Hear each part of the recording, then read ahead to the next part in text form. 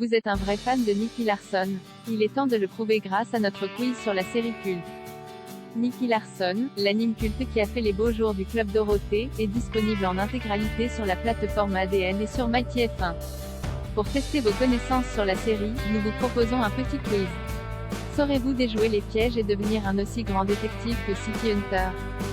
Quiz Nicky Larson, seul un vrai fan de la série culte fera un sans faute. Quel est le nom japonais de Nicky Larson, qui est le créateur de City Hunter alias Nicky Larson en VF? Quel est le surnom de Nicky Larson? Quel est le nom japonais de Mammouth, l'acolyte musclé de Nicky Larson? Quelle est l'arme préférée de Nicky Larson? Quel est le nom de famille VF de Laura, complice de Nicky Larson? Comment peut-on contacter Nicky Larson pour lui demander son aide? On le sait, Nicky Larson est un coureur de jupons invétéré et un véritable obsédé sexuel. Quelle onomatopée japonaise signifiant érection a été popularisée par la saga, qui est l'interprète du mythique générique français de Nicky Larson? Tu mérites un bon coup de marteau sur la tête par Laura pour ce résultat médiocre.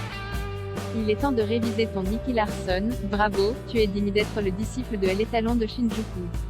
Le saviez-vous? Au début des années 90, la série animée Nicky Larson débarque en France sous l'impulsion du Club Dorothée. Le succès est presque immédiat. En l'espace de quelques mois, le détective privé créé par Tsukasa Ojo devient un véritable phénomène de société. Ce personnage, aussi fin ligné qu'obsédé sexuel invétéré, a bercé la jeunesse de toute une génération. Cependant, la diffusion de l'anime a connu quelques difficultés en raison de son caractère parfois très cru, notamment en ce qui concerne les allusions au sexe. La censure frappe en France. Nicky Larson a connu de nombreuses coups de ciseaux afin d'édulcorer des propos ou des situations parfois scabreuses ou grivoises.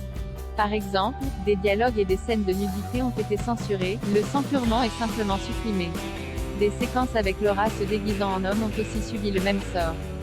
À l'époque, TF1 préférait avoir recours à la censure pour préserver le jeune public des images violentes ou sexuelles. Malheureusement, les coupes étaient faites de manière bancale et certaines traductions demeuraient volontairement approximatives, rendant parfois difficile la compréhension de certains épisodes.